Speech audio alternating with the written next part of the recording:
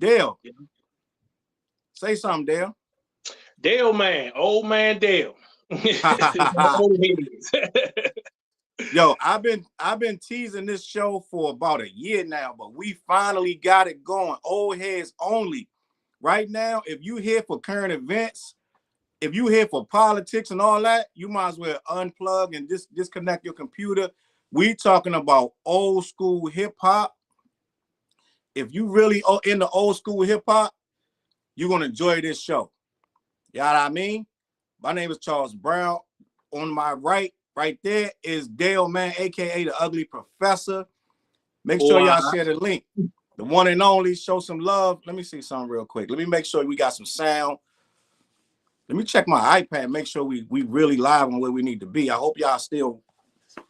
Let me just check. This is the episode 1. All the bugs come out in this episode. Yeah, a lot of kinks. Hopefully, it'll be less kinks than expected, but first show. Oh, it's looking good online, Dale. I'm looking at the joint on first show. Oh, it's looking good on YouTube. Looking good on YouTube, Dale. All right. Old heads only. If you're not an old head, you will not enjoy this because we are talking about all old school hip hop. Shorty in the building. She said, "Hey guys, it sounds great." Mary. Salute to Mary. She's the first one in the chat of the new show, CLBMG's new show, Old Heads Only. I hate that term though, Dale. It don't bother me. I can't stand it, bro. I can't stand it. But I gotta accept it. This is what it is. This is what it is. I gotta own it. You know what I'm saying? If that's what they calling us. Yeah. I embrace the get off my lawn shit. That's me. The grumpy old man. Salute to Tasha in the building. Yeah, who else on here? Big Head is on here. It got some. We already got spam. We got spam. We already made it, Dale. We got spam comments in the YouTube. You know we blowing up. Yo, listen. I'm looking at the comments. We got to say we looking good. It's A1 keys to success. Salute the keys to success in the building. If y'all here, y'all know what this is about. We're gonna have a good time with this show. The first comment, Dale brought up a topic that I was like, yo, that's a good ass topic. And I think people gonna find this very interesting. Dale, what's the topic you said you want to talk about? The Fugees versus Digable planets. Wow. 2 guys and a girl. Yes, that's the obvious comparison, but it's a lot of comparisons. They only I believe both groups only had 2 albums. That's a fact. 90s groups. Wait. Yeah, well, yeah, you're right. You're right. Both groups, Digable Planets and Fugees, both had 2 albums. Yeah. I think that's true. Yeah, just going on top of my head. Unless they put out some albums as a group that I didn't know about. Now, you know they got solo shit, but I'm talking about as a group. So now, if you're going to say Fugees versus Digable Planets, we got to go line for line and break it down. And both of them got Grammy nominations. I don't know if they actually won. I can't remember. But I know both of them did get Grammy nominations. Okay. Yeah. All right, let me check. Let me see. I think that, so Mary in the building, she said Fugees all day. She just hate the way I love not Butterfly, Ladybug. Yeah, Ladybug was nice. Well, yo, listen. I used to really say that the 2 top female MCs in the game was Ladybug Mecca and Lauryn Hill. Dead ass. Well, Lauryn is better. I think Lauryn is better. There's no question about that. Because she wrote her own stuff. I never could confirm, but I always was hearing that Butterfly wrote all of Ladybug's rhymes. He wrote all the rhymes for the whole group. Did you know that?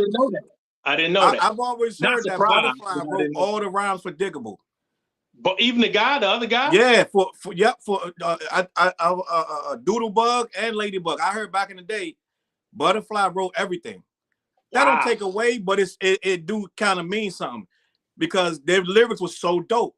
But that would explain why they were so in sync all the time. And another comparison, Wyclef did the production for Fugees. Yeah. And Butterfly did all the production for Digable Planets. I think that Wyclef may have wrote some of Prowse. I don't know. I'm making that's an assumption. Mm. That's an assumption. But I think that Wyclef may have wrote some improv. Now I know he ain't writing in a Lauren. Yeah, but we know. I feel like Lauren is better than a lot of guys, so it's gonna be hard for Ladybug Mecca to rock with her. Yeah, but huh? She can't mess with no Lauren. But let's give her respect though. I like Ladybug. I like Ladybug a lot, but let's give her her respect though, Dale. Yeah, that's what I say. I like her a lot. She never gets mentioned when you name like female MCs. She never gets mentioned. No, maybe because they think she was pop, or they think she was too mellow, or their music came and went. Because I think their music was a 3-year span. Like, you know what I'm saying? I don't think it was. I don't think Digable Planet's music. I don't think their career was over 3-4 years long. Honestly. Yeah, that's true. Because they hit real fast. I don't know if they had solo. I'm sure they did have solo albums. I know Butterfly did, but they solo joints didn't do nothing like what Fugees solo albums did.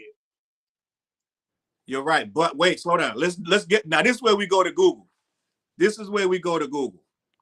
Let me see. We talking about Digable Planet, right? Digable Planet is a hip hop trio. It said, let me see how many albums they had, because there's so much that I don't know about Digable, bro, that I thought I knew everything. It says they were formed in 1987, Dale. They're composed of Ishmael. It says 87. You know, but that's like us back in the day. You start rapping back in the 80s, right. You ain't pop to the 90s. It is what it is. But it looked like they formed in 1987. They had rappers Ishmael, Butterfly Butler, who is Camp Lowe's cousin. Yeah, that's why he's in that song on Camp Lowe's joint. Yeah. Michael Brown in the building. He said it was 3 years. Let me see the comments. He said 3 years for Digable Planets, and he said 2 albums. So I feel like, let me see. Then you had Mariana Ladybug Mecca Vieira and Craig Doodlebug Irving. The group is notable for their contributions to the genre of jazz, rap, and alternative hip hop. Now, impact, Odell, I'm going to be honest with you. Digable changed my life. When Digable Planets dropped, they changed my life, because their music, bro, like the stuff they was talking about, I already was on some consciousness anyway, but they had a song literally about the girl debating getting an abortion. And Butterfly had a whole conversation about both sides of the issue. Yeah. He's like, so whatever you decide, make that move with pride. Like, you remember that? Yeah, I remember that. Digable was deep social consciousness, bro. And it was what it was human. It wasn't too black or white. But at the second one, a lot of white people checked out of the second one. The joint but the second one was better than the first one. I think both albums were phenomenal. Yeah, both albums. You can't say that for Fugees. But Dale, yeah, you're right. But Dale, that second Digable, come on, Dale. I think that got more playing power than the first one, dog. I do too, but I love the first one. But that second one is strong, real strong. It's strong. It's much more. It's harder too. That's why I say it's closer than people would think. People gonna say Fugees off the top because they the most popular. But if you go album for album, Digable got it. And they went to Howard. They was down there with us. Yeah. And they went to Howard. So it's like, bro, let me see. I got Mr. Plague in the building. He wrote some. I'm gonna read that later. It's mad long. I don't know what he's talking about. But listen, 1992 to 1993, reaching a new refutation of space and time. Yeah, they got time to pendulum in 92. Huh? It say 93 on this Wikipedia page. Yeah. It say 92, they moved to Brooklyn. And then their debut album Reaching, which the joint we say was banging, it went gold. Rebirth of Slick was a big record. I just heard that last week during the playoffs. They still putting that commercials to this day. Yeah. I'm cool like that. That's a Cool car like commercial. Yeah. Yeah. They still doing that to this day. So That's the impact ain't go nowhere. The impact ain't going nowhere. Now, let's be honest. Lauren is Lauren. You know what I'm saying? Like, come on. But yo, blowout cone. My kids heard that one a bunch of times. Now let's be honest. The score though. You think I think blowout's better than the score.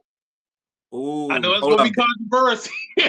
Hold up, Dale. The minority, but I listen to blowout way more than Hold up, Dale. Don't do that, Dale. All right, hold up. So listen, we can talk about that. But their first debut was better than the Fugees' debut. Oh yeah, no question about that. Only thing good about that first Fugees joint was the remix. Yeah, and that's how they got on was the remix. Yeah. Who did the remix? I gotta try to remember. Salon Remy. He did that remix to Nappy Heads. Vocab and Nappy Heads.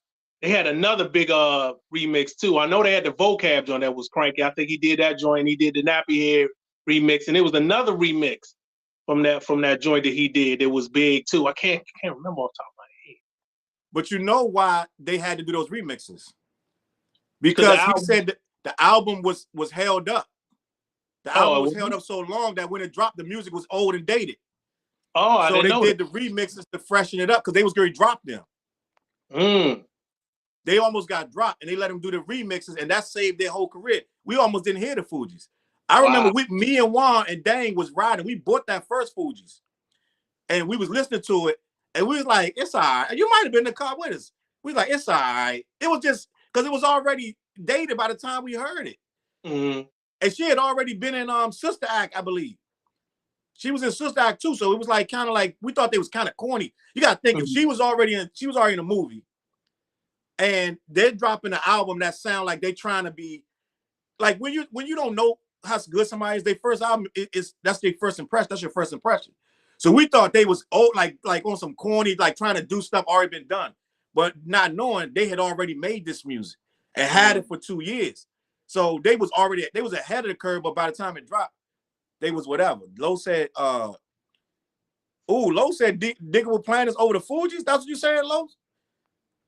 Let me see what the comments say. Low said, sound like he said Digable's over the Fugees.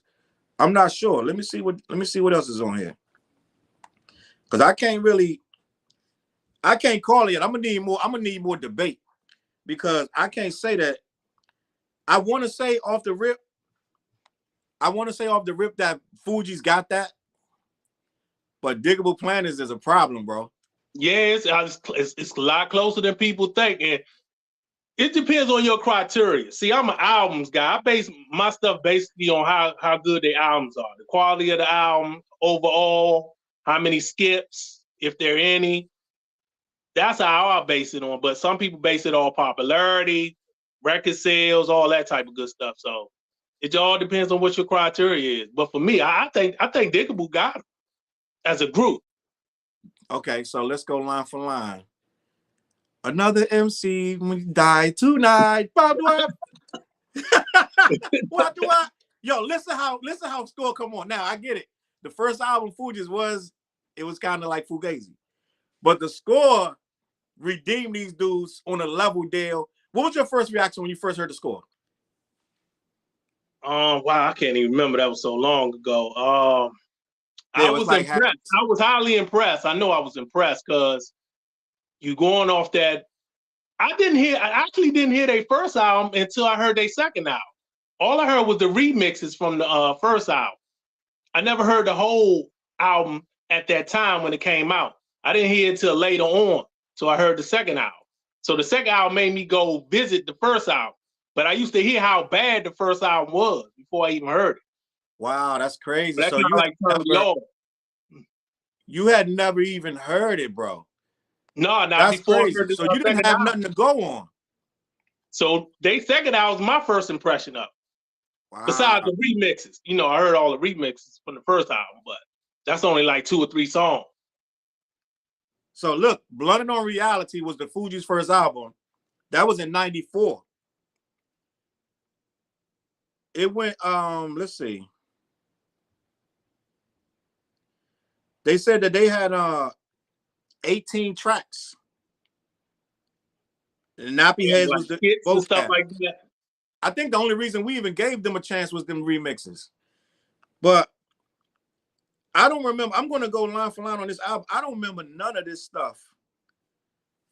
None of this stuff on this first album, dog. Nappy Heads was remixed. Blunted, Recharge, Vocab, Booth Bath, Temple. Vocab remixes was tight. I love the remix. How hard is it? Harlem Chit Chat Interlude, Some Seek Stardom, Giggles, The Kid from Haiti, Refugees on the Mic. Like, it wasn't really not memorable joints on that first Fugees joint, dog. Not at all. So that first Digable got him. Oh yeah, ain't no question about that. It got him there. So now we gotta figure out the second one. And you know what, Dale? I'm gonna be honest though. That second Fugees, I'm sorry, that second Digable, it's no skips really on there. No, not really. It's really no skips on that album. So, this tough, Dale. You might have hit something. I wasn't expecting it to be this tough because I'm ready to go through their second joint. I'm telling you, that second Digable Planets album is I say it's a classic. That shit is crazy. Let me see, Dale. Yeah, this Digable, this Blowout Cone. Yeah, Dale. You might be on to something, Dale. Straight up. They got the joke, the Burrow check with Guru. That shit goes. Jetting. They got the joint with J. Rue, the Damager, Graffiti. Black Ego, Dog It, Jetting, Burrow Check, High and Fly, Dial 7, the Creamy Spies. We are the Creamy Spies. Yo, come on, dog. Come on, dog. KB's Alley, Graffiti featuring J. Rue. I forgot he was even on there. Yeah. Ninth Wonder. Ninth Wonder with featuring DJ Jazzy Joyce. I love that song, Joe. That song, every time I play that song, I gotta play it over. That joint got repeat value. I love that song. That's straight ugly music right there, boy. You might have tapped into something, Dale. Dale, you might have tapped in. This Fugees score joint is having a problem with this Digable joint. I mean, as if you into that. Some people they looking at Digable like sleepy time music. So yeah, like that's some people because it's jazzy. But I think the production is way more superior on this album than the score. Dale, you might be right, Dale. I'm scared. That's crazy. I'm scared because I'm scared to. I don't like feeling this way about the score. That's on my top 10 albums of all time, bro. No, score got some joints. The Cowboy joints with the Outsiders. Raw Digger on that joint. Yeah. John Fortelli. That's a classic song. Then they got the score, the actual song itself, the score that Diamond D produced. Wow, Dale, I'm scared. So they got Killing Me Softly, Fuji La, which is a classic. Red intro, How Many Mics, Ready or Not, Zealots, The Beast. On the down, the beast is loose. Family Business. Hold up, Dale. Oh, this is crazy. Yeah, Ready or Not is a classic. Fuji La is one of my favorite joints on there. The Mask, there's no skips on here, Dale. There's no skips on here. Cowboys. Yeah, that's my joint. With the outside of the woman, no cry. Yeah. No woman, no cry. And then you got Manifest. It's no skips there. I'm gonna have to call it a tie, bro. It's no skips on neither one of these albums, dog. It's no skips on here, bro. Even that little skit they got on the score where he lying about having sex with the chick. I'm not talking about her. I'm talking about the other. Yes. Yo, listen, Dale. And I was telling them last night about The Carnival is in my top 10 of all time albums. Oh, I love The Carnival. That's The Carnival. Yeah, I love that. The UK in the building. UK in the building. I gotta shit the shout out real quick. Yo, appreciate that. He said it's the 5GBP. So listen, I don't know. I'm trying to get the name right. I'm bugging out. Benz Vermillion. Salute. Benz Vermillion in the building, straight out the UK. We appreciate you watching. Hey, so UK Dale, Yeah, so I feel like I'm gonna use my iPad to do this next week. I'm gonna use my iPad instead of my phone. But Dale, it might be a tie, Dale. Yeah, we call it a tie. So what do you want? Do you want to try to go for MC line for line? What they now? Butterfly's a problem. Yeah, Butterfly but Lauren write better than Wyclef and Price. Oh yeah. But Butterfly Lauren write better than both of them. Matter of fact, he's one of the most underrated MCs ever too. Yeah, but Lauren is better than all three of them. Let's be honest. Well, shit, according to Flizzy, why we calling her a rapper? Because her whole album is R&B. Well, that's a whole separate conversation about I know. this but education. When she do spit, I actually agree with Fliz on that. That she get more. She kind of like overrated when it comes to saying she's the top female. Because the album was majority R&B. You can't use that word overrated with Lauren Dale. Oh, Don't do that. You can't do that, Dale. We got to say another word. Can't be overrated because she earned every line. I'm trying to find a proper word, but I don't think she's overrated the best though. Female. I don't think she's the best female ever. That's just my opinion. Maybe based on consistency. Had Lauren been consistent? Now Lauren had put out the, She ain't been that consistent. I put in my top 5, but I don't know if Lauren was more consistent, she would be the best of all time. Yeah, she would. She would. If she was more consistent. If she had the body of work of Nicki Minaj, it would be unquestionable right now. Oh yeah, it'd be no question. Nicki Minaj probably got 10 times the amount of volume of music than Lauren, just to be honest. She got way more features from collabs. Nicki's killing Lauren in content. In content, but the quality of content, Lauren got it. That ain't even close. But that's why I can't put Nicki above her, even though she has more content. Dale, I'm gonna have to. Mike Brown said oversaturated. Is that a good word to describe Lauren?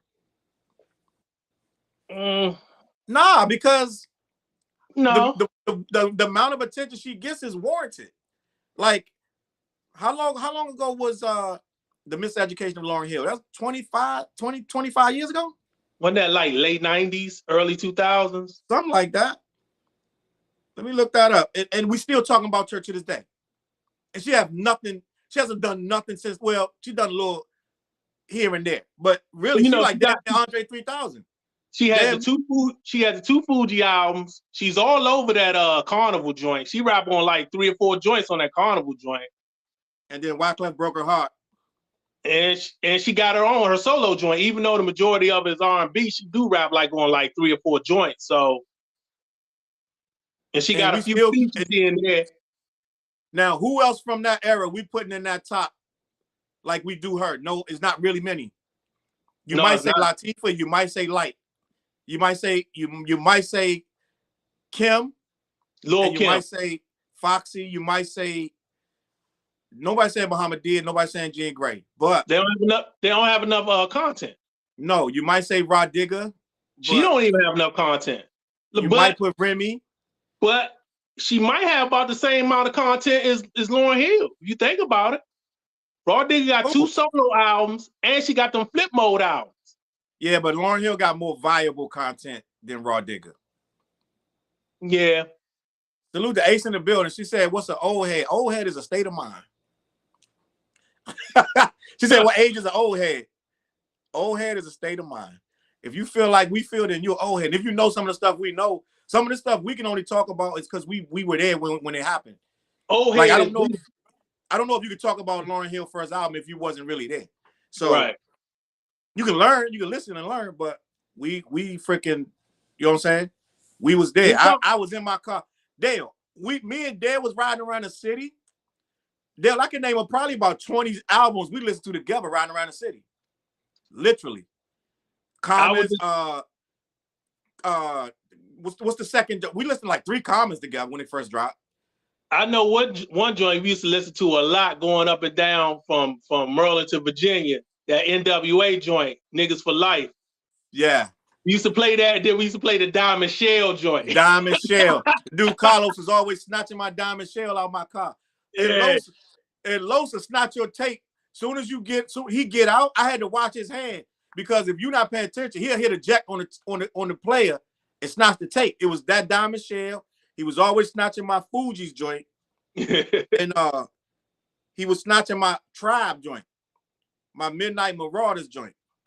Oh man. Me and Los went through a little time where it was a game. We would snatch to see what tape we could snatch. And he come in your house, he'll slide the tape off he'll slide the tape out the inside of the thing and take the tape. Yeah, but me and Dad, we rode around listening to a lot of stuff. Gangstar. Yeah. Brand Nubians. Yeah. Was you working with me when we was driving out to Dulles listening to Liquid Swords? I wasn't with you in the car. I worked out there, of course, but I wasn't with you in the car. Liquid Swords, Jizza. That was Taru. Salute to Taru. He on Facebook somewhere. Me, Taru, Dang, and Juan listening to Liquid Swords. But you had to be there. Me and Tony fell asleep coming back from Dulles in the car, both of us, listening to Old Dirty Bastard. Was you driving? Yeah, I was driving. Oh, both of us fell asleep. You almost had an Old Dirty bang up. Yeah, we almost died that day. Listen to Old Dirty Bastard. Yo, Dale. So I think Digable Planets is one of the most underrated groups in the history of hip hop. Is that fair? Yeah. And even though they're gonna say, why you want to overrate them when they only got one real good album? They got 2 albums, but only one was like gold, if I'm not mistaken. That second album, I remember I was working at the airport, and I remember when I realized that some white people wasn't feeling it because this dude that was working with me, he said the album was racist. I said, what? Yeah, it was some controversy during that time. Because didn't they get nominated? Didn't they get a Grammy nomination for that? I don't know. But I was like, why? Because they pro-black and they, you know what I'm saying? Like, Blowout Comb was not against any race. Right. It was just uplifting their own race. And I didn't understand why they was saying that they was racist. There's nothing racist about the album. Now, they were in the communism, right? I remember that being a thing back then, though. Huh? I remember that being a thing back then with that album. Saying and the socialism on that album. Yeah, anti-white type thing on there. But that's it really wasn't though, Dale. No, it wasn't, but that's what they were saying back then. Like anti-Jewish or something. It was something back then. The Jewish thing was Public Enemy. Professor Griff. But it was some controversy with that Blowout joint. It was a controversy with that Blowout joint. But you know why? Because they wanted them to come back in that same box of that cute, like De La came out with the Daisy Age. They wanted them to stay just like that. Yeah. You know what I'm saying? Because it was cute and these guys they're 18-year-old hippies and they wear baggy dress shirts and they sing real proper. Like they wanted what was De La's big hits? The first big joint. Me, Myself, and I. Yeah, they wanted that. Yeah. They want another Say No Go. Tommy Boy wants another Say No, right?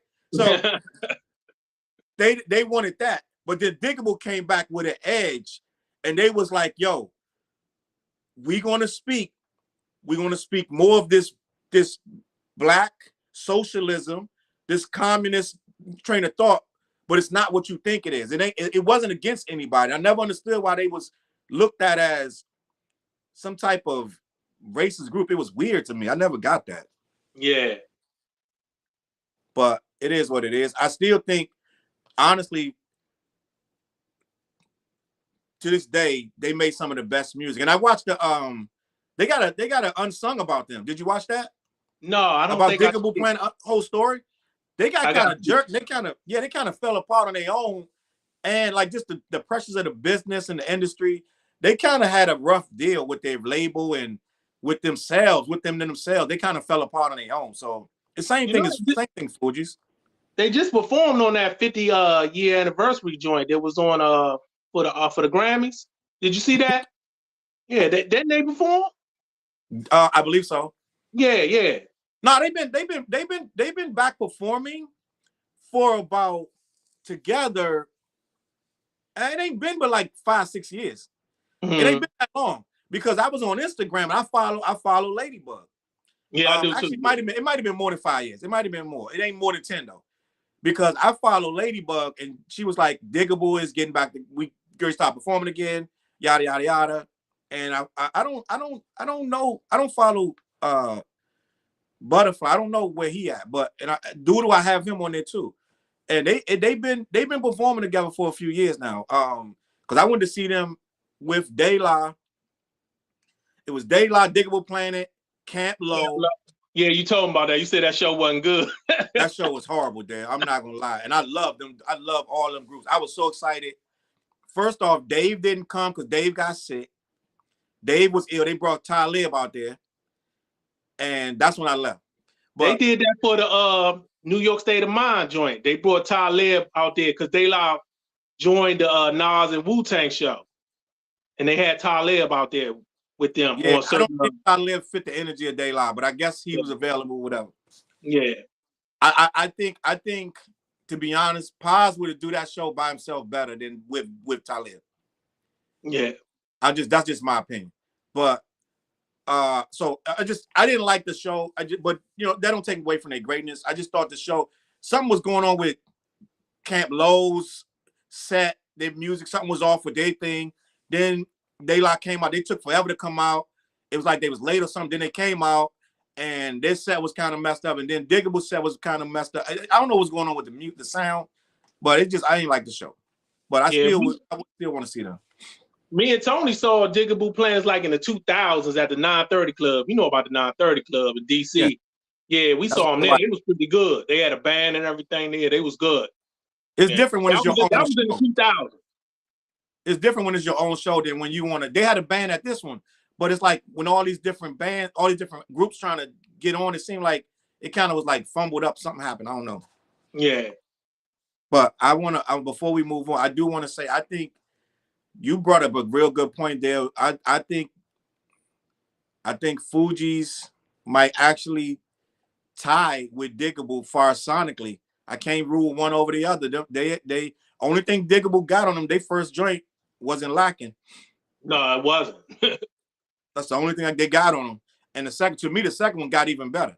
So, damn. I know a lot of people gonna instantly say Fugees. A lot of people gonna instantly say the Fugees, but if you put if you a hip hop head, you put some thought. You put some thought in. If you go album for album, just the 2 albums, not the solo stuff, just the 2 albums. Digable got him. I think Digable got him. If you're going 2 for 2, Digable got him, dog. If we say both albums up, because the first album Fugees had was so daggone stale. Can't give him extra credit for that. With the first Fugees album, Blended on Reality. Yeah, I can't give him extra credit for that. Dale, that joint's so bad. I don't think I listened to it the second time. I might have listened to it twice just to see. I listened to it once, and I don't remember nothing from it. Usually, back then, I used to take like 1 or 2 songs and put them on the tape and record it on the tape or something. Yeah, I ain't do that. I just got the remixes. That's it. So, I want to move on, Dale. I just want to have an open-ended conversation about my guy Steady B. Steady B, that's a bad brother. I want to talk about some Steady B. That's a talent. What was his first album? Wasted, huh? His first album was "What's My Name," right? Yeah, man. Wasn't that the title of his first album?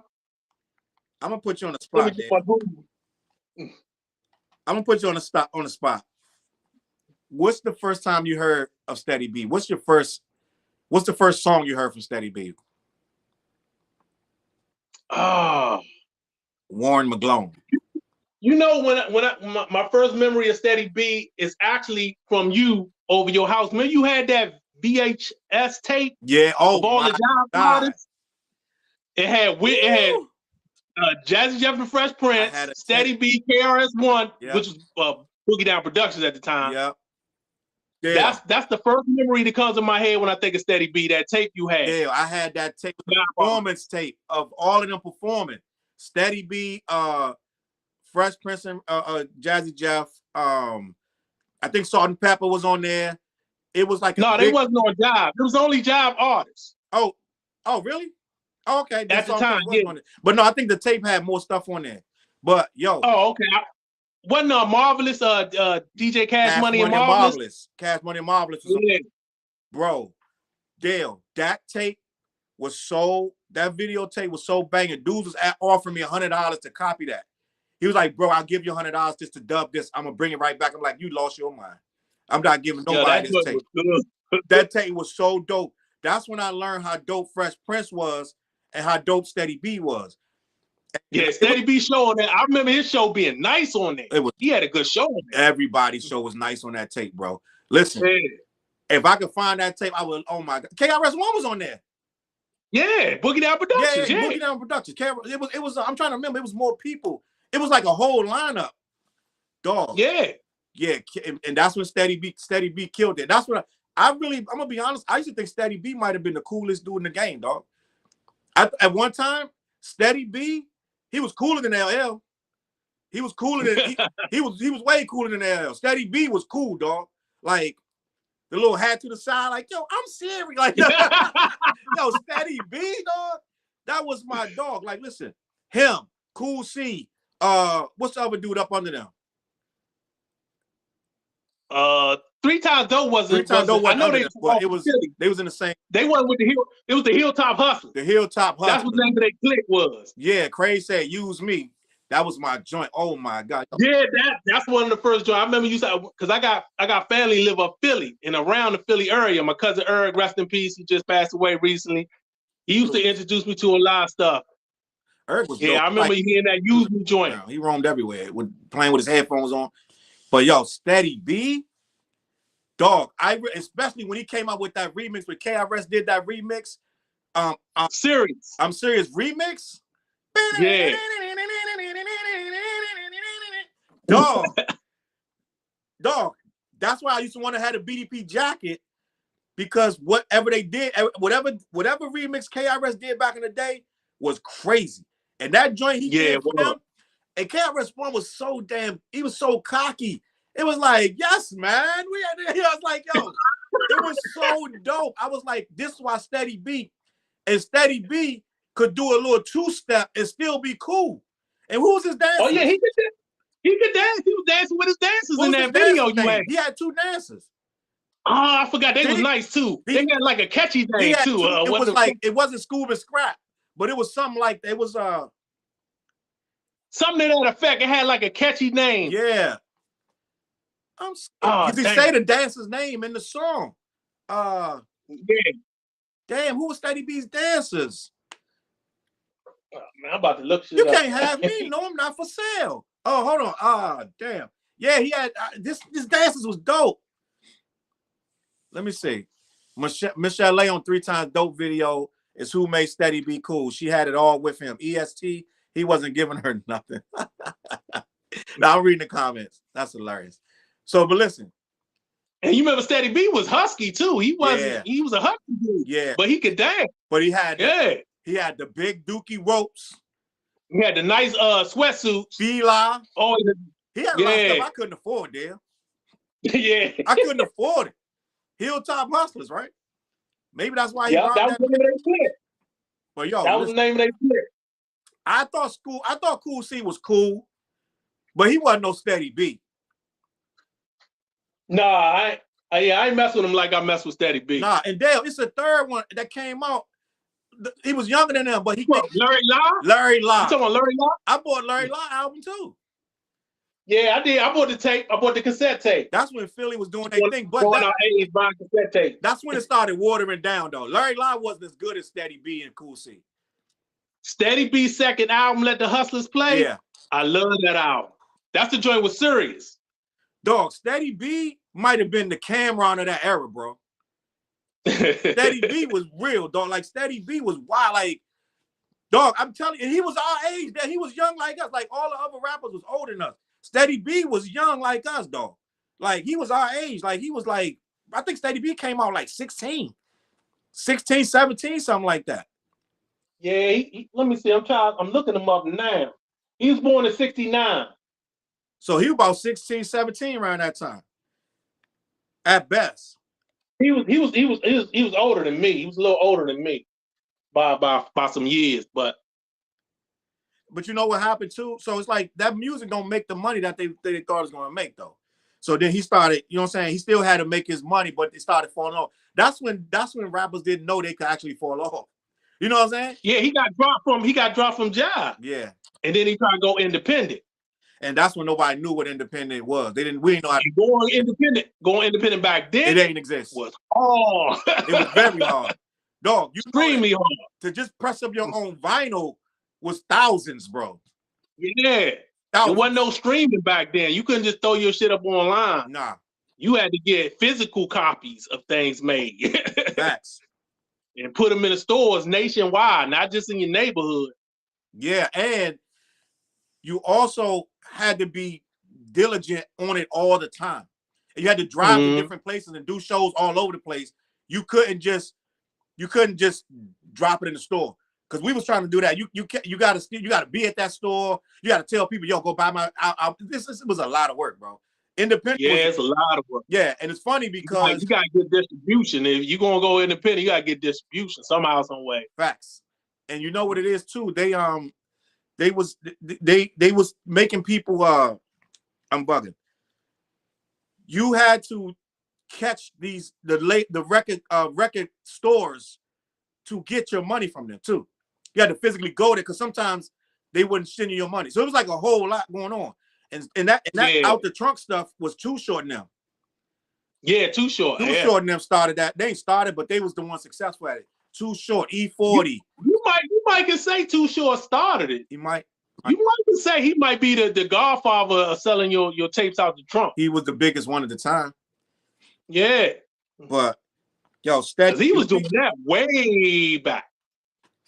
So Steady B had Bring That Beat Back. He had What's My Name? That dropped in 87, which had Believe Me That's Bad. Oh yeah, remember that? Yeah, I had that on tape. I bought that on cassette. Use Me in the Hilltop, the Hilltop. Then you had my beans, my beans. Who's down the street? My 6'4". Steady B was that dude. Yo, listen, yo, that was my guy. Then he came out with. See, this way started falling. But no, he didn't fall off yet. So he came out with Let the Hustlers Play in 88. Dog, that's his best album. I ran the store to get that. That's his best album. Let the Hustlers Play. You might be right. Burn on. Yeah, I love that album. Yeah, you might be right. Then he came out with Going Steady. See, this is where Going Steady. This way it got murky. Huh? Yeah, this way it got murky. This got murky. How my man in UK say get murky? Stormzy. Salute to Stormzy. That's my name. So wait, hold up. So in 1989, this when all the rappers he had already had a gold album, so he needed another one, Dale. So then he came out with Going Steady. Let the Hustlers Play went gold? Yeah. Let the Hustlers I didn't know that. It went gold. Serious went gold. Now, just the single or the whole album? It say Serious went gold, the single. Oh, okay. I can get that. Now I don't know if the whole album went gold, but the Serious went gold. I don't think the whole album. But once you go gold, you want to stay gold. Stay gold, Pony Boy. Going Steady was after that. Now is Going Steady still on Jive, or did he get dropped? It looked like he's still on Jive. I don't know why he would drop if he just had a gold album. But, but the whole album didn't. But if you got a gold single, you getting another album. Yeah, they give you another shot. Yeah, I remember that Going Steady joint. I remember not liking that album. I remember not liking that album. I think the hook was like, "Do you want to go steady with me?" That joint was weak. I saw the video not too long ago. It's online. That joint was weak. He knew it was weak though. He tried to go commercial with that joint. Then he got Nasty Girls and Mac Daddy. Oh. Those titles right there tell you what happened. That's when we was like, Steady, come on, dog. Come on, dog. That's when we learned about the industry. We're like, dog, he need a hit. That's why he's doing these records. Going Steady? This what we doing? Steady, B? Yeah. And then I think he must have got dropped because then in 91, he came out with an album called V. I never even heard of this album in my life. The Girls Gonna Get You. Him and Cool C got dropped and they formed that group, COB or something like that. CEB. Yeah. I think that's the beginning of where they started going left. And like, you got to think, NWA put the battery dudes back. So they couldn't make that goofy stuff no more. They had to start making gangster stuff. And then after that, they robbed that bank, right? Yeah. So Counting Endless Bank was it called? That's the name of CMB, and they came out in '93. They got a song called "Get the Point," Goes Like This, and Gorilla. And by then, I was checked out. I was checked fully out. And then '91, shit, '93. Dog, you had Hieroglyphics. That was Midnight Marauders. And come on, dog. Like at that time, come on, bro. We wasn't even trying to hear nothing. We wasn't hearing nothing goofy. I bought that album too. You bought that CMB, CEB? Yeah. But you was like an aficionado. You would buy anything there. Like you was like, so I was a hip hop nerd, yo. Bro. You was gonna spend your money on it. Yeah. You was gonna spend your money on whatever. Like if it was hip hop, you was gonna spend it. See, when I was into it, when I was young and when we was younger, you was younger than me. I used to go to the mall and it wasn't that much in there of hip hop. So if the cover looked like hip hop, you just grabbed it. You didn't hear it. You didn't I know used to do that all the time. You just grabbed it. That's how I bought the first Gangstar album. No One Mr. Nice Guy. Yeah. I had no idea who they were. It just the cover looked like some hip hop shit. I was like, these dudes like some Muslims, some militant Muslim dudes, because he had the goofy on and stuff. I bought that even before he in Manifest. And remember, Manifest was like a Muslim-like video. He was looking like Malcolm X. Guru looked like Malcolm X in that joint. Yeah. So, bro, but damn, what the hell was talking about? Steady B. I start talking about the damn I was talking about going to the record store or something. I'm bugging. And you said, and just seeing anything that looked like it. That's how I got Organized Confusion. Oh, you bought them off a whim? I never had heard one song from them. I saw the cover, looked at the back. I was like, I'm getting that, and it worked out for me. That's how I got Organized Confusion. I fell into that. I fell into Mantronics like that, which I ended up liking Mantronics though. But I got Mantronics because it looked like hip hop, and I ended up liking it. But it wasn't, you know what I'm saying? I wasn't expecting it to be like that, but that's how hip hop kind of was back then. But Mantronics ended up being dope. I fell into Sir Mix-a-Lot. Now, had I known Sir Mix-a-Lot before I got that album, I wouldn't have bought that album. But I ended up I remember you had the vinyl. Did you have the vinyl? I had the vinyl. I remember that. And Sir Mix-a-Lot wasn't bad. It wasn't good, but it wasn't bad either. It was like, my posse's on Broadway. Like, I was like, all right, it's doing all right. That's back. They from Seattle of all places too. Huh? He was from Seattle of all places. And I was like, them dudes thugging like that in Seattle, but it wasn't bad. It wasn't bad. He got a couple joints on there. There's a group. I used to know the name of it, but I can't remember the name. You can help me with the name. Remember Dr. Dre, not Dr. Dre, that Dr. Dre, the fat Dr. Dre from New York. Oh, he was in the group for Def Jam. He was the first group on Def Jam. People don't remember that group. Yeah, they got to join this Master A sample they joint. Says, something like that. Time to Roll joint. That Time to Roll joint, that's from their song. Yeah, let me see. They was one of the first peoples I bought off the cover looking like hip hop. One of the joints I got, remember Eddie Murphy's brother was rapping? Yeah, K9 Posse. K9 Posse. It was all right. Did you like K9 Posse? To be honest. I like that one song they had a video for. I can't remember the name of the song. It was marching. K9 Posse. They was all right. I had no idea that was Eddie Murphy's brother till afterwards, but I think we started. I think they wasn't hiding that. That was like common knowledge, low key. That was Eddie Murphy. Yeah, but I didn't know. But I didn't know that was his brother till after the fact. Okay. I used to like that single they had. Yeah, they had man. I used to be at Monty's house. They used to kill that. BT used to kill. I don't know who was paying it. They used to play that K9 Posse every day, all day. That and then ow, that joint would come on after that. The joint where ow, the dude with the, what's his name? You know what I'm talking about? You sampled him. The dude with the damn cameo. So it'd be K9 Posse, and then Cameo would come on after. I was like, who? Like Word Up. You talking about Word Up? And then they had another joint. Not Word Up. They had a joint before Word. Same time. You sampled Single Life. Yeah. So it was like that era though, Dale. That K9 Posse era. That's when LL was bringing out Pink Cookies and all that.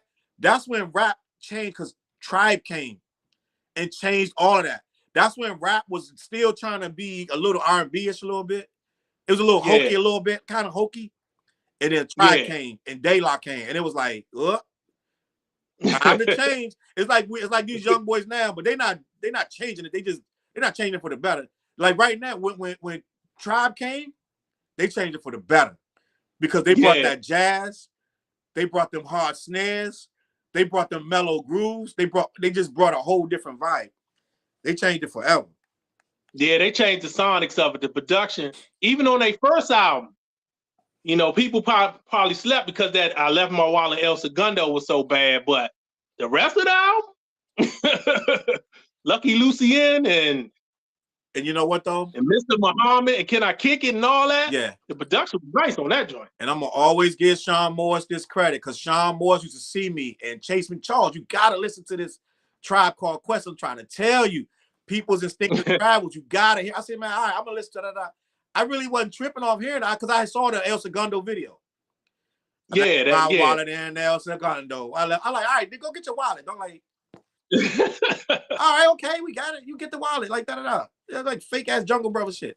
But then they got Bonita Applebone though. They came out with that later on. But yeah, they did. But this dude, Sean Morris, kept pressing me to hear that album.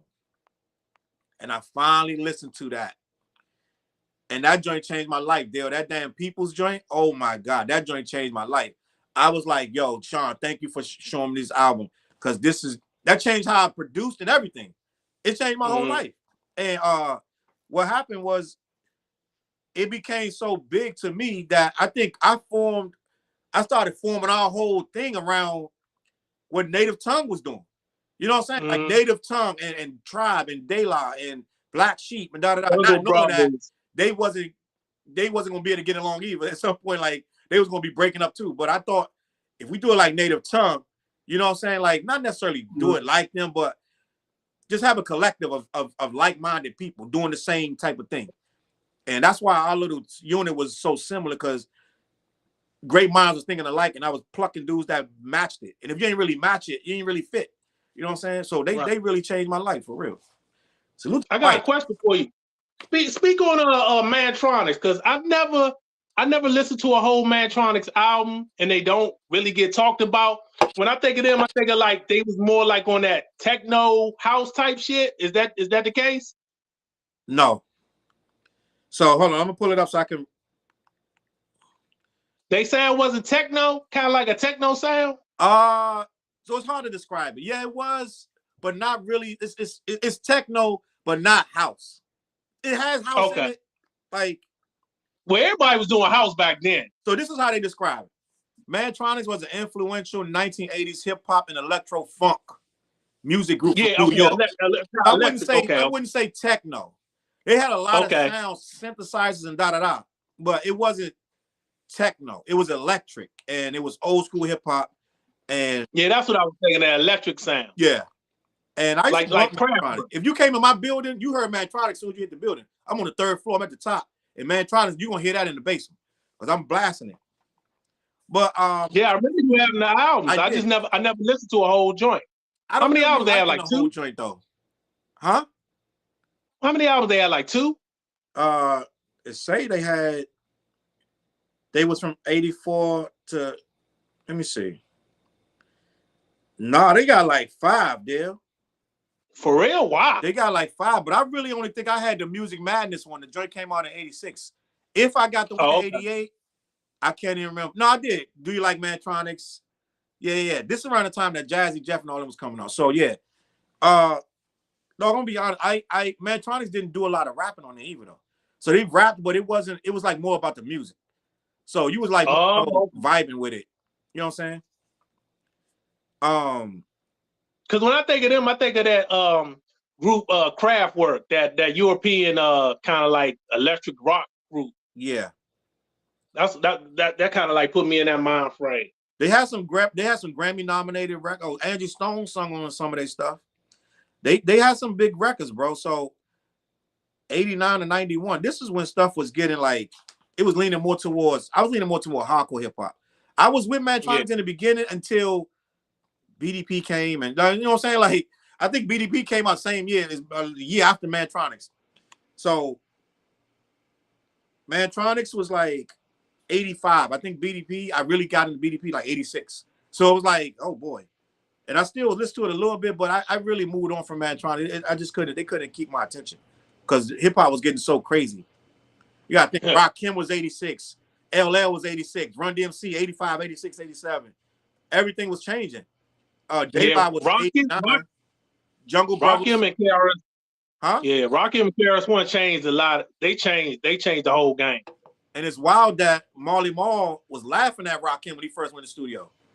Yeah, because they said he was rhyming so slow. No, they said his voice. They said his voice was. Yeah, he wasn't hype. He was rhyming through his nose. You know, everybody back then was hype. Yeah, they say he was rhyming through his nose and stuff, and they was making fun of him. And they was like, ain't nobody gonna buy that shit. They was cracking on him.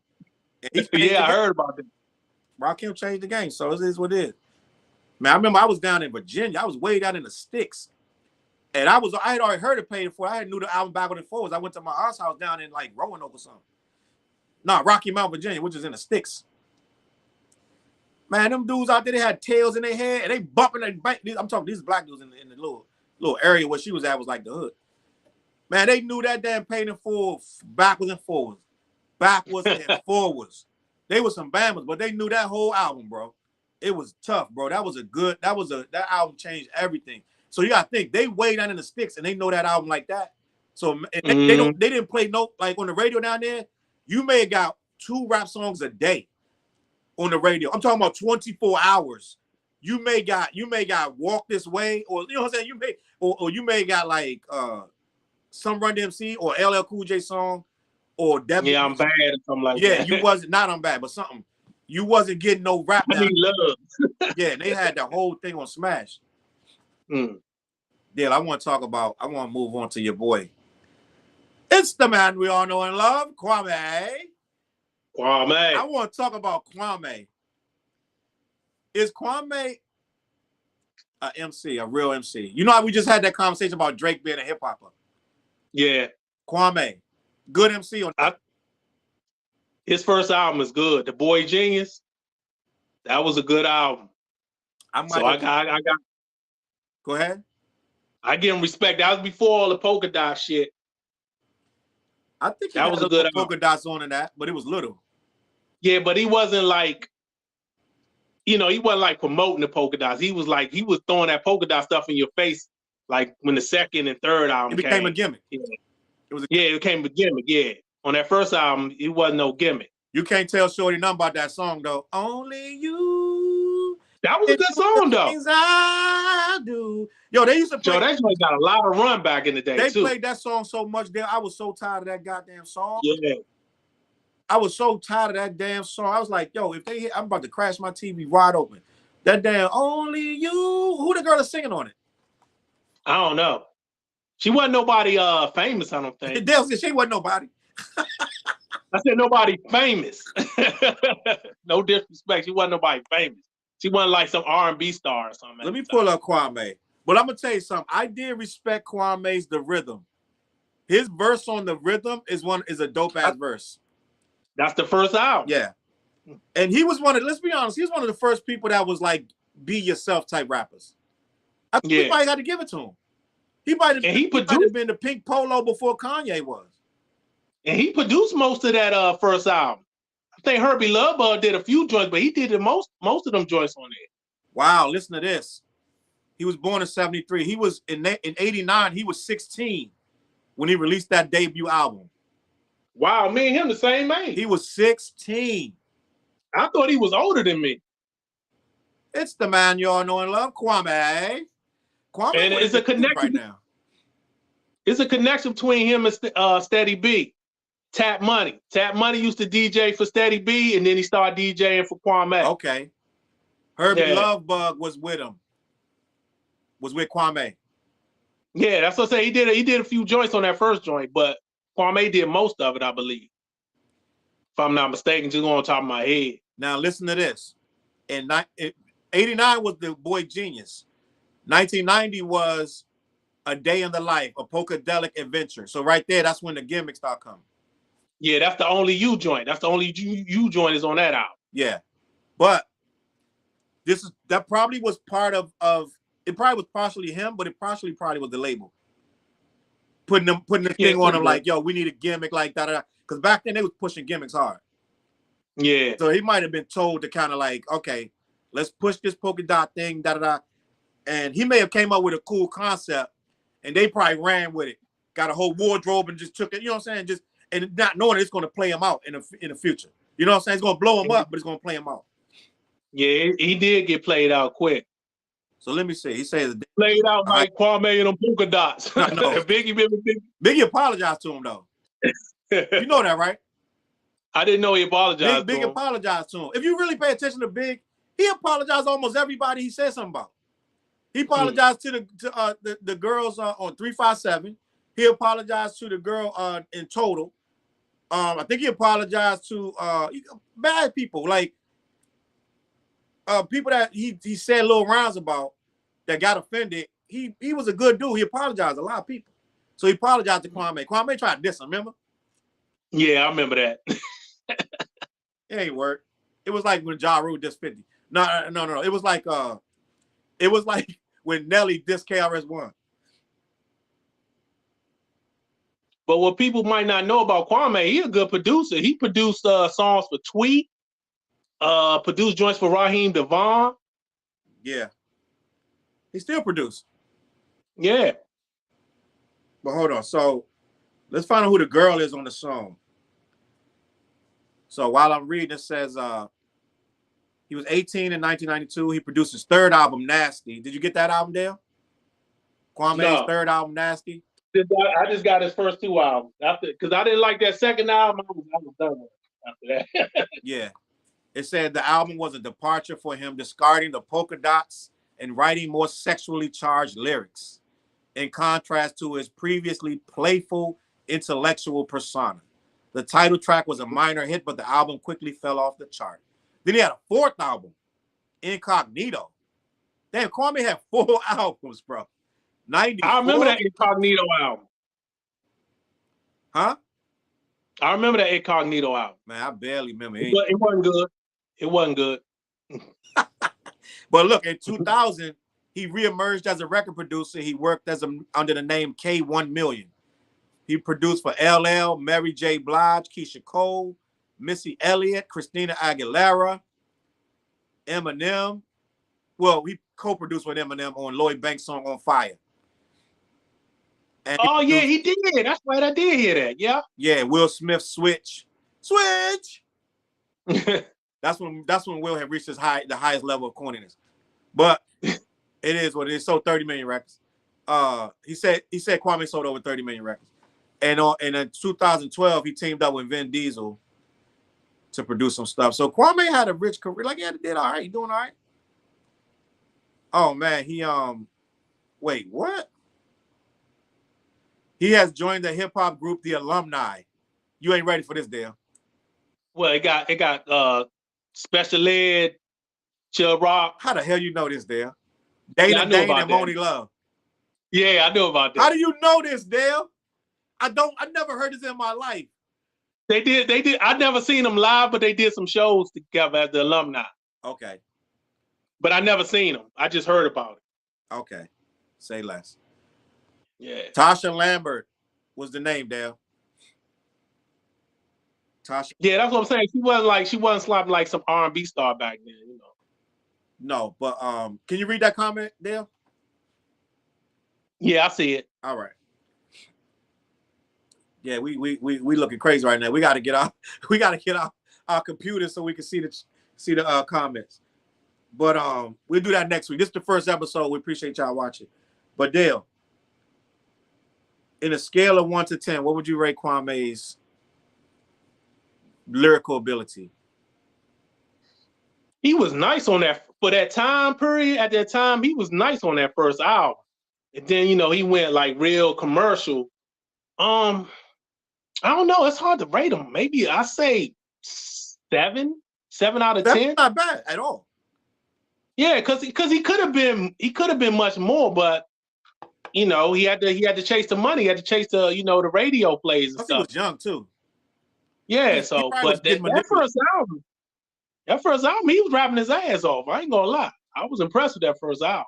I might have been a little bit, Dale. I'm gonna be honest. I might have been a little bit jealous about Kwame's success, bro. Low key, because when I was so young, I was like, damn.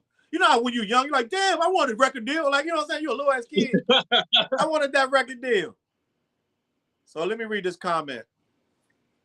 Tasha Lambert was a singer in the. I'm trying to move this. Hold on. Who's that? Falia? Did I say that right? Falia Williams. Tell me if I said that wrong, please. Tasha Lambert was a singer in The New Beginning. The New Beginning was the group. They dated at that time. I didn't even know they dated. I didn't know she dated him. But they broke up and remained friends. Sense. I didn't know that. Infinity Jug in the building. But yeah, man, I was like, damn, I wanted that record. I wanted a record deal back then. So I probably was like, damn, I was probably hating on him or something. But I did think he was dope on the rhythm. And you know, we was some backpack dudes. So we was all some like, we only wanted to hear your bars first. Like with Redman, yeah, we only wanted to hear your bars, bro.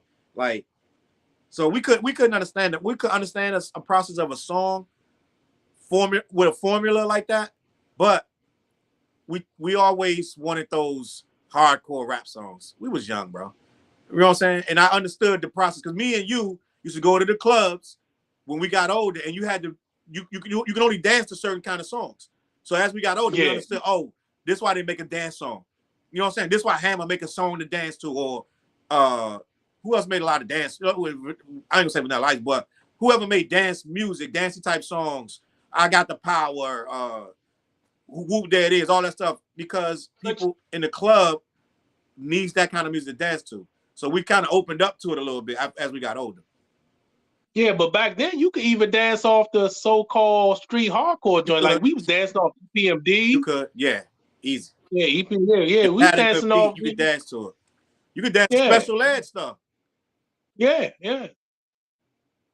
We still ain't figure out Steady B's dancer's name. Oh man. Oh, I got it, Dale. I know it. Thick and Thin. Thick and Thin. Yep. I told you it was a catchy name, like Scoop and Scrap. Yeah. She said, "Pronounce fella." I got it. Oh no, that's my guy. It's fella. My bad. I said it wrong, fella. My bad. Infinity Jug said Poor Righteous Teachers was one of the reasons I couldn't feel Kwame. Oh, you got to elaborate on that. He said Poor Righteous Teachers one of the reasons. I'm about to open up my daggone thing right here. Rock this funky joint. Yeah, I got to open up my thing, bro. Because I can't keep looking at this phone. It look crazy. I'm like, dude, it look like I got to open up my computer, bro. But yeah, Dale, we're going to talk about Def Jam. You know what I want to talk about Def Jam? And I said this one time, and Donnie, he immediately he inboxed me. But I said this on my page. I said that Def Jam, after Def Jam, hip hop got better, as opposed to everything before Def Jam was not as good as what Def Jam brought out. And they changed hip hop forever because everything before that wasn't as strong as what Def Jam did as a label. No, Def Jam is the foundation, even though it's not the original, of course, it's the foundation for everything to come after that. Yeah, no question about that. They had one of the strongest rosters. But I think it's a little heavy-handed comment because it was so much stuff before that. But to me, when Def Jam came, bro, and I'm about to bring it up right now, it was so strong. A lot of stuff got knocked out the box. I know a lot of people, and I'm salute to Donnie. He sent me a whole. He had not a thumb drive, like a storage drive of all these banging old school joints before Def Jam, and a lot of them rock. A lot of stuff rocks, but bro. No, but they put hip hop on the map.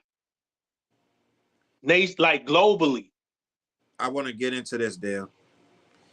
I want to get into this because it's such a crazy notion. In 1990, let me see, 83, they were formed in that college, that dorm room with Rick Rubin and y'all. Yeah. Right? Yeah. I feel like I was listening to rap but I wasn't really feeling it like I felt it after I Need a Beat and I Can't Live Without My Radio. It was just LL. Because LL wasn't the first Def Jam. You wasn't immersed in it today. I wasn't. I was in it, and we were still breaking and da da da. I think when Def Jam came along, and this is awful to say, but I think that's when I stopped breaking and I just wanted to rap. I stopped breaking. I stopped trying to do any type of graffiti. Like I just wanted to rap at that. I was like, I don't want to do none of this other stuff. I want to be like LL. I want to be like Run DMC. Like it changed everything, bro. But you know, Run DMC wasn't on Def Jam. But it looked like they were. They were on Rush. They were on Rush Management. Yeah. No, they was on Profile. They was on Profile. They were Rush Management. Right. Yeah. But it looked like they were. Everything they did was with them. Crush Groove, everything. Yeah. They went on tour together. It was LL, Run DMC, Beastie Boys. That's his brother. His brother ran Def Jam. Yeah. Russell Simmons. So, yeah. But, dog, I'll argue with anybody. Like, give me the top 5 rappers before LL, top 10 rappers, and they're gonna say they're gonna Treacherous 3, all that, which is cool. And I wasn't in New York, and you know what I'm saying? I heard all that. Then you're gonna say Dougie Fresh, you're gonna say Slick Rick, you're gonna say Dana Dane. Now you can't even really say Slick Rick because he signed to Def Jam. But you wanna say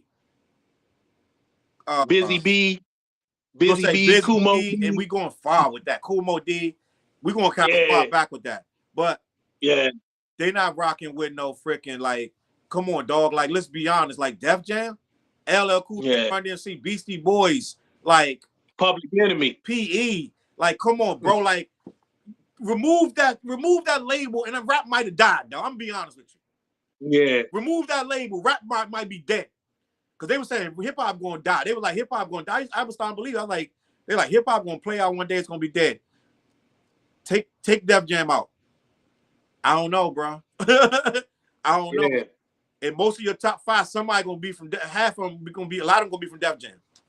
And not 5, but like if you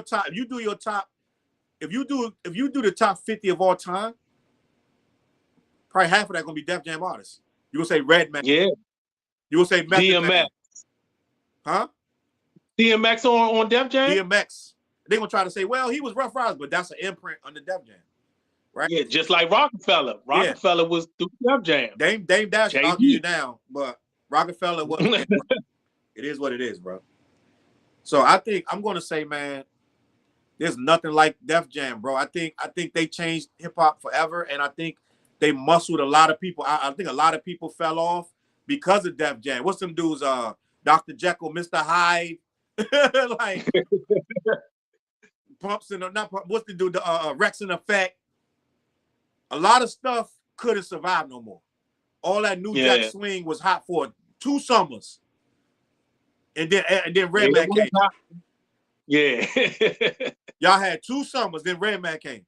So I'm going to say EPMD was on Def Jam. I'm going to take it even further though. Of all time though. Label of all time. Even after they came, the labels that came after them, their legacy. Who legacy is stronger than them? You might say Cash Money. They got the longevity. Do they though? Def Jam got the longevity. I'm saying Def Jam got the longevity. They do. But Def Jam, and I always say this about LL, they was always making a comeback. Always making a comeback. They was all, but they, you know what I'm saying? Like they got saved by Redman, saved the whole label.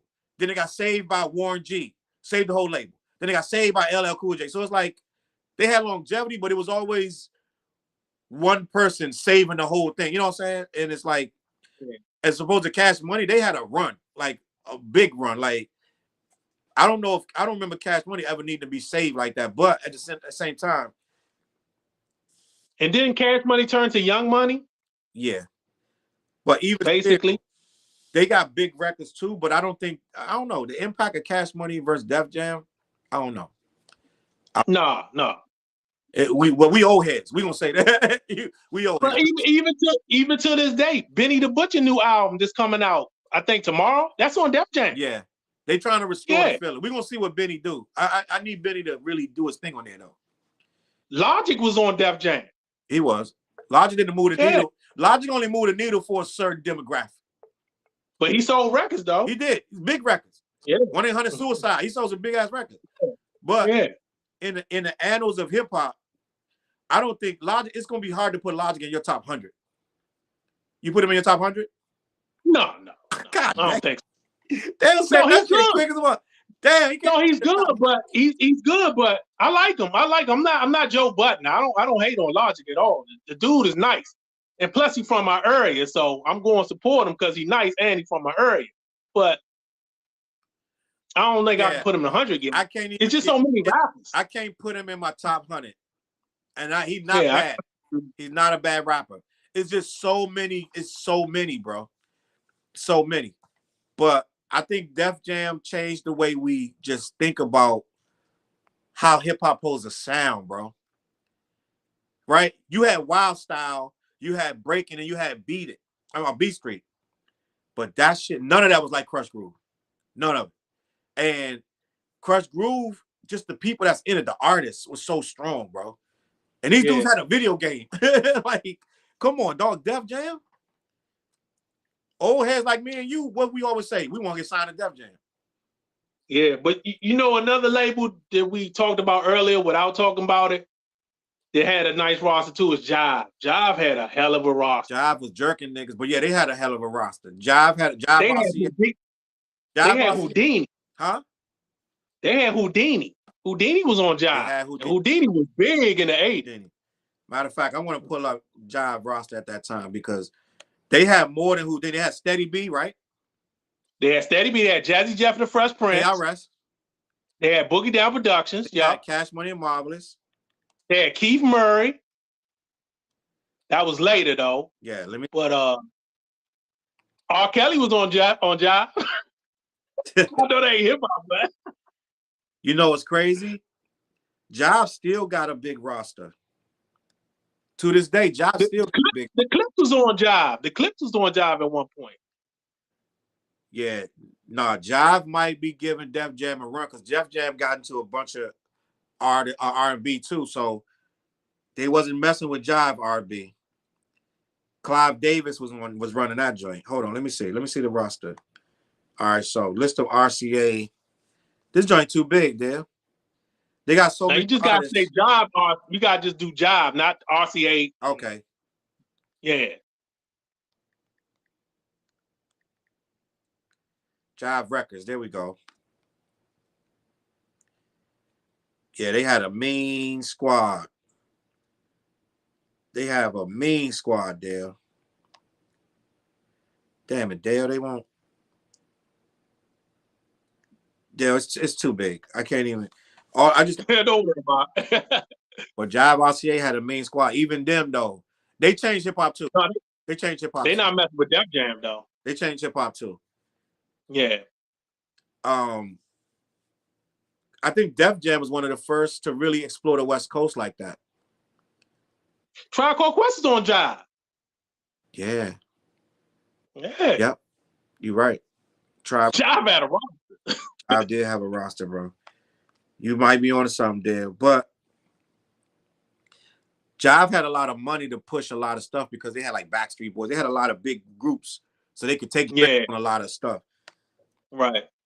And Def Jam was struggling a lot because they wasn't doing. They was a niche. They was hip hop only. They wasn't. And they did a little bit of R&B, but Jive was doing rock and everything else. And there was a real label. Def Jam was like an imprint of like just doing hip hop. But was Foxy Brown on Def Jam? Let's find out. I don't know. I do not know, Dale. And I know Keith Murray started off on Jive, then he went to Def Jam. After he got out of jail, he came back and signed to Def Jam. Foxy Brown was on Def Jam. Yeah, they did. Yeah, bro. Def Jam was listen. I don't know to span this many years as Def Jam has done, and they trying to make a comeback now. I think they might be able to do it when the artists they trying to get, because a dude like Benny gonna respect them for what they did in the past, and he gonna try to bring that kind of respect back to that label. So I don't know, man. They got freaking right now Def Jam. This is Def Jam artist right now. I didn't even know Justin Bieber was on Def Jam. Well, I didn't know that either. 070 Shake. I'm gonna skip some of the people. That's crazy. Justin Bieber's on Def Jam? He's on Def Jam. Alicia Cara.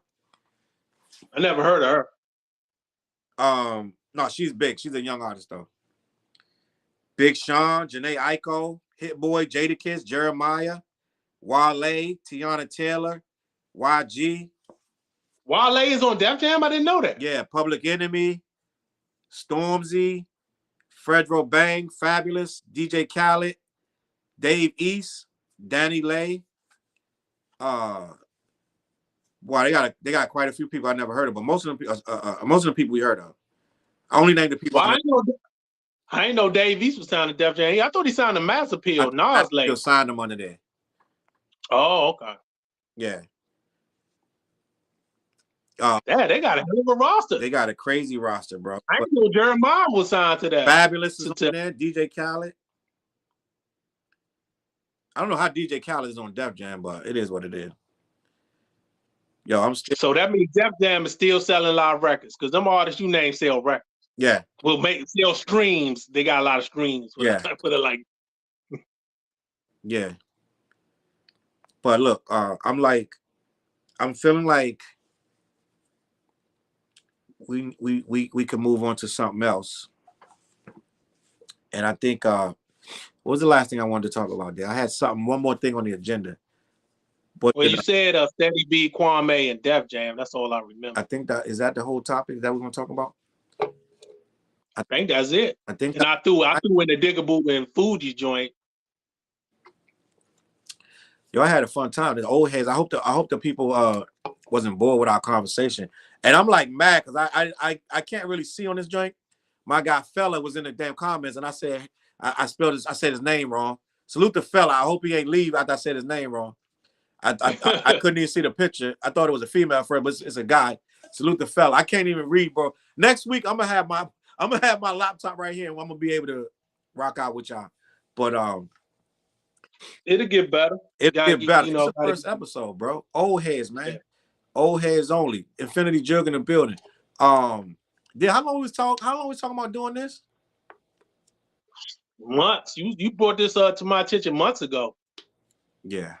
I think I might have said this back last summer, and I was telling you every week. Last summer. Yeah, last summer you did. I'm like, we're gonna do that show. We're gonna do that show. I think I'm gonna be able to bring people on with us. Salute the fella in the building. Salute. I think I'm gonna be able to bring people on, just like to tap in.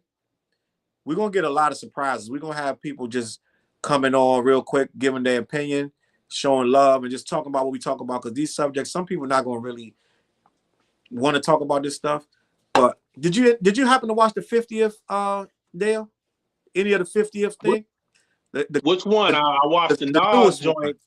I can't find the one for the Grammy. Yeah, the one in the Grammy Awards where all the rappers came out. I think it's on Peacock. Is it really?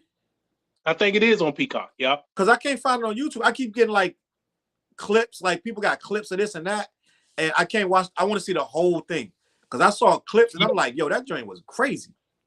Yeah, I didn't watch it on YouTube. I watched it on one of the streaming joints, and I believe it was Peacock. Okay, I'm gonna watch that. Probably that's the joint Questlove put together, right? For the Grammys. That's the one you talked about. Yeah. I think I saw it was probably 50 different performances, but it was like little clips. And Rakim came out more than once or something. I don't know. But yeah, Rakim performed. They did people joints in like sections. One section they had Big Daddy Kane, Rakim, and Black Thought. Okay. Then another one they had De La Soul, Talib Kweli, Digable Planets, Black Sheep, Farside, and they was set up in a class, like a school class, or college class, whatever, with the desks and everything, and all them performed in that section. They were De La Soul came out, then Tribe didn't perform, Farside, that. So it was in section. They did a little West Coast joint. They had like some of the new joints. What's that new guy from the West Coast? YG. Okay. And they kind of mixed it up with the old ones, like with DJ Quick. Okay. Yeah, Cypress Hill came out. Yeah, it was good. It was good. Okay. They had a whole lot of. That's the joint that the Hammer said he ain't. Did Questlove try to get Hammer and he said he didn't want to do it? He was wrong for that. But listen, I saw Latifah and she did some cuts off the album, some album cuts like Latifah's Getting Fire. Yeah, she was in 2 sections actually. Okay. She was in one section where it was a bunch of females. Yeah. And then she came out with the joint with De La Soul, Farside, and Digable Planets. Okay. See, I'm gonna watch that. It got to be like 3 hours, right? Something like that. Oh, it's long. It's pretty long. It's pretty long. Watch that. Damn. Did you see the one Nas did at Yankee Stadium? You know what? That's on YouTube. I didn't watch that one. I saw a little bit, but that's on YouTube. Yeah, that was pretty good too. Yo, yeah, that joint, that was an all-day thing. I don't get tired of Rakim, bro. He comes out, and to this day, I still watch it. This song's 30 years old, and I watch it like the first time every time. I don't know why. Yeah. But yeah, I'm gonna throw you for a loop before we get out of here because I want to stretch it a little bit longer. I want to ask you something. It's gonna be tough, but I think we can get 10. And I've never talked about this, even on the other shows. We've never done this topic. 10 overrated albums and/or groups, and I'll start it off. You'll know what I mean when I say. And I love Nice and Smooth. But Nice and Smooth albums, I went back and listened to their music, and I used to love their music, but I didn't know I was skipping so much stuff. Yeah, their albums overall are not that good. No. They choppy. They like rushed. I don't know what it is, but I love I think their third album might be their best album. Yeah. Jewel of the Nile, but they first album only like 2 songs. Funky for You and No Delay. Yo, those the 2 joints. Me and Big Youngin will rewind them joints on. Just say, I'm gonna make it funky. Yo, listen, them 2 joints made me think them albums were strong, and I love Nice and Smooth. Sometimes they know the 2 songs I like on that album. Quick. Yeah, that's on their second album. I ain't like that. I ain't never liked that. You ain't never liked that joint? Nah. What about Do It? Well, that's Gangstar. I know, but they known for that. That's they claim fame. I love Dwick. Dwick is classic. So I'm gonna have to throw Nice and Smooth on that kind of overrated. You think they overrated though? I think their music. I think musically, in the annals of hip hop, Nice and Smooth musically, they got good singles, but their 4 albums are not as good. Can you? I think they properly rated. Huh? You think they properly rated? Why you say that? Yeah, because nobody ever says the Nice and Smooth album is a banger. I never hear that. No, but people, let's be honest. When people say Nice and Smooth, nobody would diss Nice and Smooth music. No one. No, that's true. That's true. Everybody acts like Nice and Smooth stuff is dope. And the singles are dope. Yeah. And I want. They get a lot of respect. I just want to have some fun with this, Dale, because I'm like, yo, some of these people and again, I love Nice and Smooth, but some of these people we look back with it favorably, and we'd be like, oh, nice. Like if I go in a group of 10 hip hop heads right now, right? And I say, what y'all think about Nice and Smooth? They're gonna be like, oh, Nice and Smooth. They're gonna act like it's the craziest, you know what I'm saying? But when you really think about, when you go back and listen to them albums, they're not that crazy. No, they not. You know another group is probably gonna get me in trouble. Who? But I'm gonna speak my mind. Naughty by Nature. Oh, I'm with you, Dale. Yeah, Flares come out of nowhere. He'll hit you with the tomahawk. You can't say nothing about Naughty by Nature. And they got some good joints too. But they got some good songs, but they albums, the whole album, they whole albums I never could get really into them. They albums kind of like, But they was real good at making singles. They made a lot of good songs, good strong songs. But yeah, I can't listen 4 Naughty albums, bro. Like, bro. Yeah. You hit that on the head, Dale. I'm gonna give you another one, and it's only toward the end of their stuff. Cypress Hill, and I love Cypress Hill. They first 2 joints, bang. Oh, they first 2 albums, yeah. I would say maybe they first. I like their first 3 albums, but first 3. You're right, but they got about 12, 15 albums, though. Yeah. And it started to get like, okay. Like, and I like Cypress. Sin Dog left though, and then it just changed and whatever. But I think Cypress, like, can you see yourself in a 2-hour Cypress Hill concert? Man, I love them first 2 albums, man. But 2 hours. The third album was solid, but them first 2 albums good. No, he's extremely good. That was one of the albums Carlos was stealing out of my car with Cypress Hill. Yeah. But can you see yourself in a 2-hour Cypress Hill concert? No, not 2 hours. I don't know. Unless they gonna just do them 2 albums back to back. That ain't even 2 hours. So I think Cypress Hill fit that bill, bro. I don't know if I put them in the same. It's Nice and Smooth category. Nice and Smooth and Naughty by Nature. I don't know if I could do that. So they bet. All right, then I can rock with that. What about Chubb Rock? And you gotta think about it. Weren't they the first Latino rap group to go platinum? Wasn't they like the first to sell a lot? I believe so. So that means a lot. They was before Big Pun and whoever else and Pitbull. It was before all them. And they sold. Fella said, what about Onyx? Yeah, they might. But you know what? These evil streets is rough. That second Onyx album is good. Real good. All We Got Is Us. But that might be their best album though, Dale. That is their best album to me. I think it's way better than their first album. He might be on something. That first album just got Throw Your Guns in the Air and Slam and Tackle the Ball Heads. Only had a few joints on that first album. They got freed up because they ended up they wasn't having to make sales after they fell off. So then that's why we got that good at. They was on Def Jam too. They were. They was on Def Jam too. They were. But then hip hop it got real grimy around that time. Everybody want to be grimy. Remember everybody got grimy? Michael Brown said Kid Frost. Oh, Latinos. But I don't know if Kid Frost, he said, remember you said. But he didn't sell like Cypress Hill. Cypress Hill, I think, was the first Latino to go platinum, I believe. Okay. With that second album. I think they was the first Latino group to go platinum. I could be wrong. You know who I'm going to throw out there, Dale? And this is blasphemy, but I'm going to say it. Special Ed. Oh, yeah. His first joint was crazy. The first album was good, but after that... Special Ed kind of took a little... did a backflip. Like, he kind of like... I don't know. I ain't care for a second album too much. The Legal joint, they had Mission. We on a mission. That mission wasn't a bad song. Yeah, I'm talking about the album itself. I'm talking about the whole album itself. Matter of fact, you and Mission had some moves to that song. Oh yeah, I like that song, but I'm talking about the album itself, Legal. Yeah. The second album that it was on, I think overall I didn't care for that album. Now I'm gonna say one, and I'm gonna let you tell me. Alcoholics. Oh, I love the Alcoholics, Joe. So you all their albums, all their music.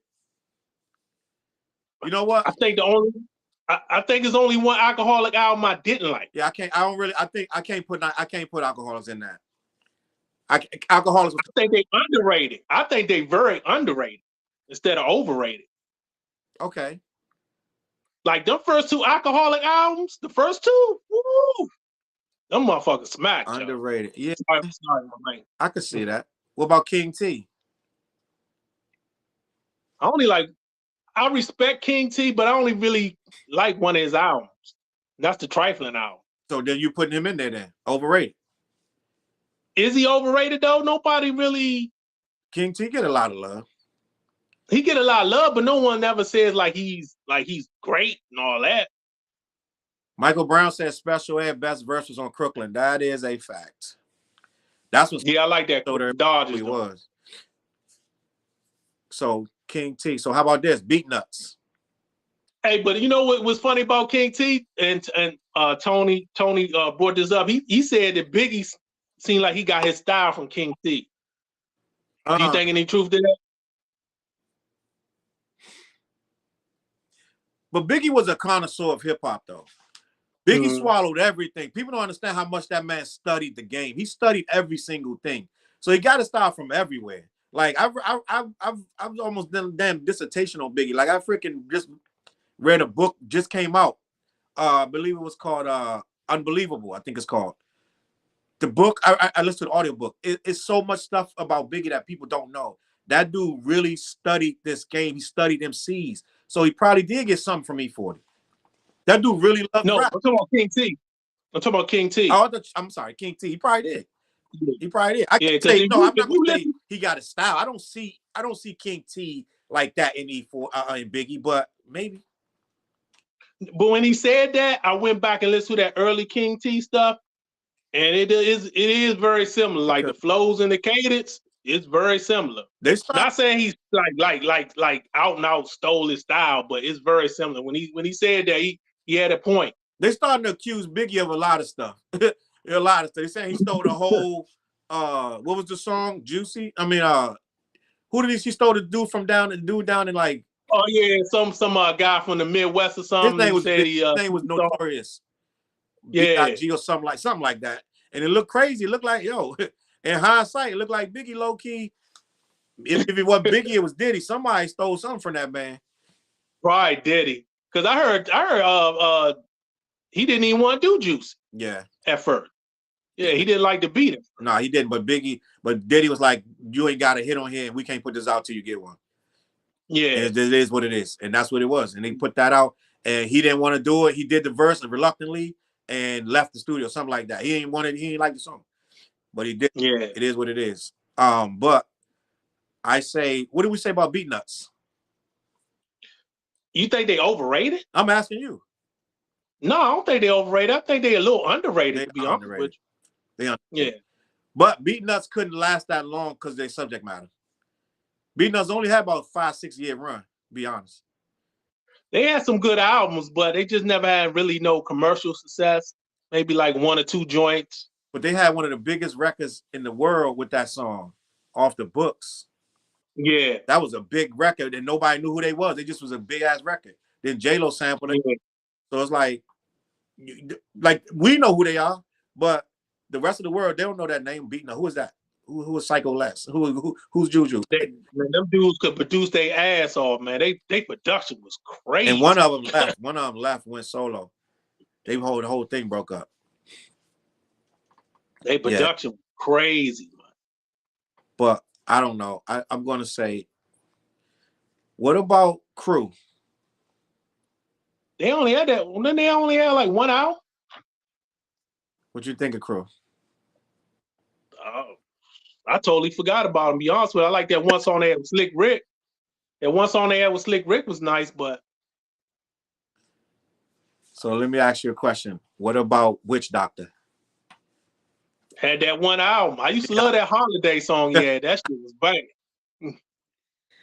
What about Lords of the Underground? I was disappointed with the album though. I bought the album on cassette.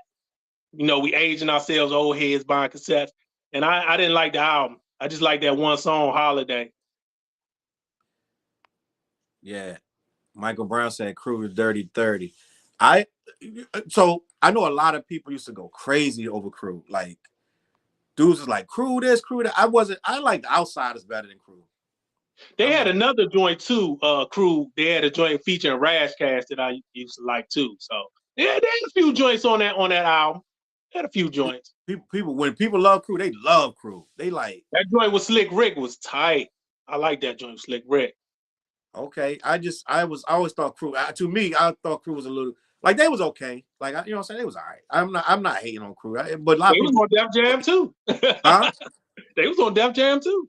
Yeah, and I got their CD. I got it from a promo. Like somebody was handing out promotional things. That's how I heard about Crew. I don't know, man. What Michael say? Oh yeah. Young Z, people call me Milk. Yeah, I don't know. I think that we got our list, we got our names. I think we are pretty much wrapped up right now, Dale, for the old heads. It's sleeping time, nighttime. Yeah. I got 2 albums that I think that's overrated that I'm gonna catch hell for, but I'm not gonna bring it up on this show because we'll go another hour. So yeah, bring it up, Dad. I want to know. No, man, no, because I got to go to work tomorrow. So I'm here another hour. I gotta wake up, go to work in the morning. And them joints gonna start some shit. It's gonna start some shit because they too popular artists. There, go to 10:45. It's 10:41. Go ahead. Name it. I'm not saying I don't like the album, but I think the first 50 Cent album is overrated. Oh boy. Yeah, I think Get Rich or Die Trying is overrated. You asking for trouble. Yeah, I know. And what's the other one? I think DMX joint's overrated. Yeah, I think that's what I was gonna say. I think some of his joints are overrated. I think the first 2, that year that he dropped the 2 back to back, them joints is overrated. I like his first album, but the joints he dropped back to back that year, I didn't really care for those 2 albums. Infinity jokes say, "Oh hell no!" Nah. Yo, this is that old talk. We can't go too long with this old talk, bro, because we're gonna say some crazy shit. So we need to wrap it up, dude. You can't be talking about no damn 50 Cent or no damn DMX. And I'm not just saying that for clickbait. You know, I don't be just saying something just to get attention. I don't care about attention. That's how I really feel. I always thought the joint was overrated. So listen, we can bring that up next week. We're gonna wrap it up so Dale can get some sleep. Old man sleep. Yeah, I'm old, man. I need to get some sleep so I get up and make this money. Spit these bars to make the head shake. Who is that, Dale? Who? Spit these bars to make the head shake. That's your boy. Drag On. Ain't that Drag On? I don't know. I never really listened too much of Drag On. I ain't gonna lie. Drag On was overrated too. No, I ain't saying he overrated. He probably properly rated. What about Eve? I like Eve. Oh yeah? I don't think she get enough credit. Underrated. Next week we're gonna do underrated. Yeah, I think she's a little underrated. All right, that's what it is. Yo, listen, appreciate y'all watching the first episode of Old Heads Only. If you still watching, you are officially an old head like me and Dale.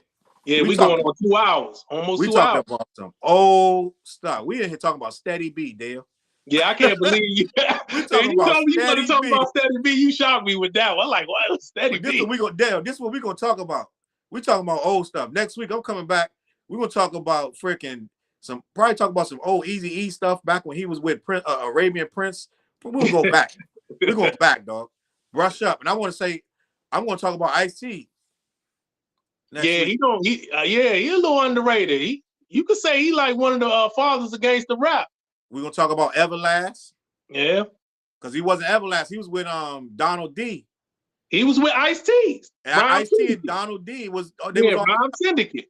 Remember Ice-T had that clique of rappers? Yeah. Called Rhyme Syndicate? That's why I first heard of Everlast. And Ruthless had their clique. Had Donald D and I want to talk about all that West Coast stuff, all that next week. And we're going to get into some underground East Coast stuff next week. Thank y'all for watching. I appreciate Old Heads Only. Don't come in here with no nonsense. It's for old heads only. Thank y'all for watching. We'll catch y'all next week. Right there? All right. Peace, guys.